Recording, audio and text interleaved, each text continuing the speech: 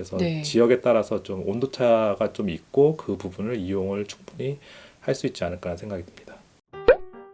직접 물어보면 터놓고 답해주는 부동산 인터뷰 직터뷰 시즌 3.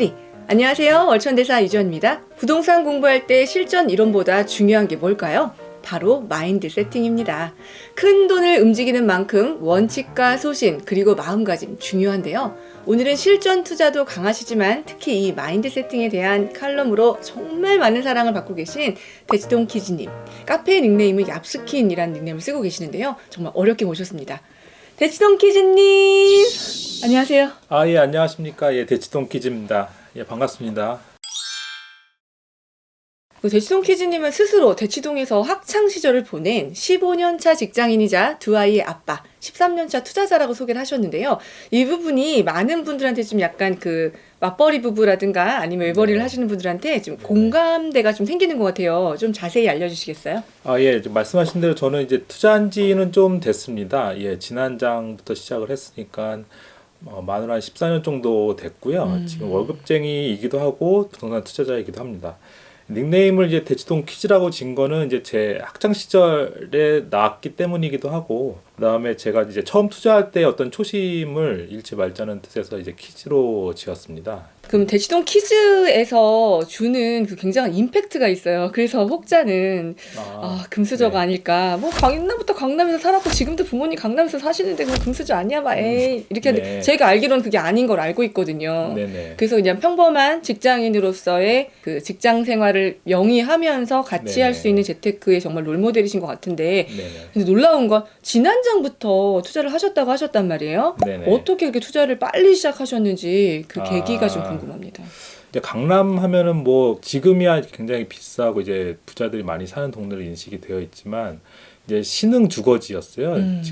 지금의 예를 들어서 1기 신도시라든가 뭐 2기 신도시가 신흥 주거지였고, 가격이 거의 그 중계동이라든가 거기랑 비슷했고, 오히려 분당보다도 이제 낮은 곳도 있었던 그런 시절이었습니다. 그래서 놀랍네요, 정말. 예, 제가 이제 학창 시절 보냈을 때는 이제 동네 사셨던 분들은 이제 거의 중산층 아니면은 약간 위 정도 그 정도 수준이었기 때문에 지금 여러분이 생각하시는 것처럼 뭐 대단히 돈이 많아서 투자를 하거나 이런 상황은 아니었고요. 예, 사회생활 시작하면서 이제 부동산 투자를 했습니다. 당시에 저는 이제 용산 쪽에서 일을 했었는데, 그때 스타시티 같은 이제 주상복합이 인기를 끌면서 그 관련돼서 이제 청약을 이제 했던 게 첫 번째 이제 투자의 계기가 됐었고요.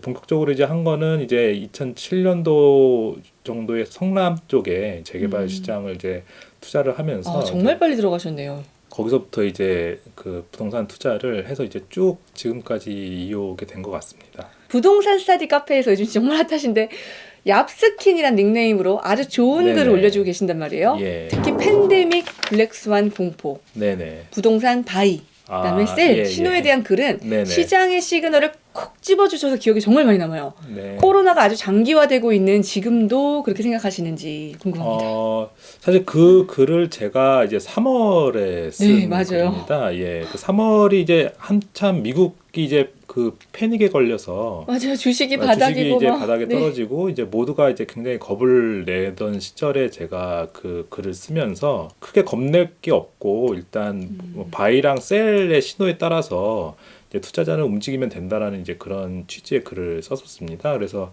그때 이제 바이의 신호로는 이제 백신 개발을 들었었고, 이제 셀의 신호로는 이제 은행의 파산 소식에 대해서 이제 말씀을 드렸었는데, 여러분 잘 아시다시피 이제 백신 개발 소식은 계속 들리는데 반면에 이제 은행 파산 소식은 이제 들리지 않고 있죠. 맞아요. 예, 그리고 얼마 전에 이제 연준에서 이제 당분간은 금리를 올리지 않겠다라는 그런 강력한 이제 신호를 주었기 때문에 지금 제 판단으로는 코로나임에도 저금리 기조가 계속 유지가 되면서 이제 시장의 동력은 계속 유지가 되고 있는 것 같습니다. 다만 이제 한 가지 좀 생각해 봐야 될 부분은 이제 수도권에서 이제 3기 신도시와 이제 서울의 유유지 개발이라는 이제 대규모 공급을 앞두고 있기 때문에 네. 투자를 하시는 분과 이제 실수요를 하시는 분들은 그 추이를 이제 지켜보실 필요가 있다라고는 생각이 듭니다. 가을 겨울철 맞아서 이제 팬데믹이 이제 재발생한다라는 그런 우려가 좀 확산이 되고는 있습니다. 금융시장 쪽을 보면은 하이힐드 채권 쪽에서 채권의 매도세가 좀 강화되는 돈이 많이 빠져나가고 부분도 있어요. 있고 예. 확실히 이전보다는 이제 주식을 팔아서 현금을 확보하고자 하는 그런 수요도 좀 늘어나고 있어서 그래서 이제 달러가 강세인 부분이 좀 있긴 있는데 그럼에도 불구하고 첫 번째 이제 코로나가 발생했을 때보다는 확실히 시장에 내성이 생긴 건 맞고요. 예, 저금리 기조가 계속 유지가 되고 있다라는 부분에서 시장에 사실 갈 곳 없는 돈들이 여전히 많이 있는 거는 사실이라고 볼 수 있겠습니다. 예. 그런데 사실 지금요. 직접적으로 영향을 주고 있는 거는 이제 그 세제 변화인 것 같아요. 6.17, 7.10 정말 셌거든요. 네네. 정말 한번 눈물 좀 훔치고 갈게요.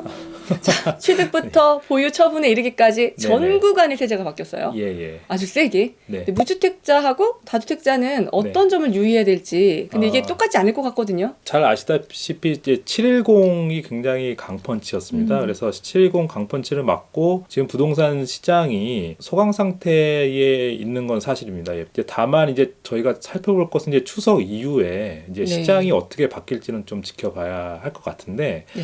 그 이후로는 이제 710이 당시에 막 나왔을 때는 그 정비되지 않은 법안으로 인해서 많은 혼란이 생겼지만 상당 부분 이제 세부 가이드가 이제 정부부터 시작해서 백문백답 나왔었어요. 예, 민간까지 세부 가이드가 지금 나와 있는 상태이고 또 하나 이제 불확실한 요소였던 이제 3기 신도시의 사전 청약에 관련돼서도 이제 어느 정도 윤곽이 드러났기 때문에 이런 불확실성들이 추석 이후에 상당히 해소가 되면서 이제 시장 참여자들로 하여금 어느 쪽으로 가야 될 것인지가 이제 어느 정도 윤곽이 드러나지 않을까 이렇게 생각을 맞아요. 하고 있습니다. 무주택자분들은 청약을 기다리는 게 좋을지 아니면 네. 지금이라도 집을 사야 될지를 지금 저울질해야 되는 그런 예. 시기인 것 같고 수도권 투자자는 계산기를 두들길 때가 왔다라는 글을 쓰셨잖아요. 네네. 저도 이제 그 얘기를 많이 하는데 조금 네. 더 좀 풀어주셨으면 좋겠어요.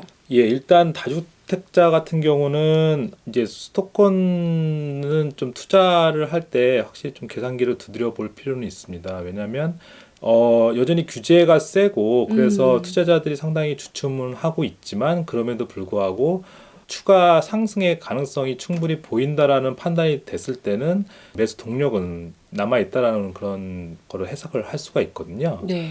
지방 같은 경우는 오히려 코로나와 이런 710 이후에 네. 상승세가 상당히 꺾인 지역이 많이 나오면서 건설업체 등 이런 데서의 공급을 하겠다라는 그런 부분도 상당히 위축돼 있는 게 사실입니다. 그러다 보니까 오히려 투자하기에는 좀 더 좋은 환경이 좀 아이러니하게 그렇게 되죠. 조성이 예. 되고 있는 상황이기도 하고요. 그래서 지방의 광역시나 아니면 50만 이상의 어떤 그 수요층이 있는 도시 같은 경우는 핵심 지역의 시장 가격은 점점 계속해서 오르고 있는 상황입니다. 그래서 네. 지역에 따라서 좀 온도차가 좀 있고 그 부분을 이용을 충분히 할 수 있지 않을까 생각이 듭니다. 투자를 해보니 시리즈 요즘에 엄청 인기 끌고 있어요. 공감도 정말 많이 가고요. 그 처음 투자를 하시는 분들한테는 도움이 굉장히 많이 될 시리즈인데요. 네. 많은 기본 원칙 중에서 가장 중요하게 생각하시는 게 있는지 궁금합니다.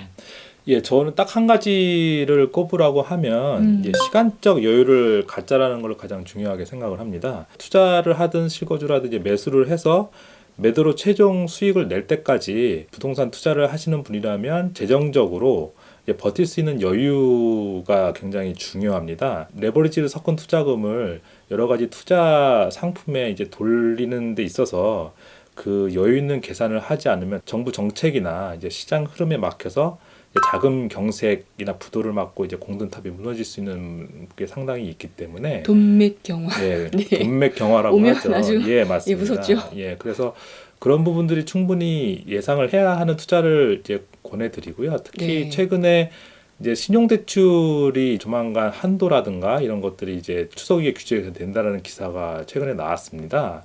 예, 거기서 이제 눈여겨볼 것은 이제 신규뿐만 아니라 갱신 시의 한도나 금리도 상당히 빡빡하게 이제 진행을 할 거라는 그런 부분들을 좀 눈여겨봐야 될 것 같거든요.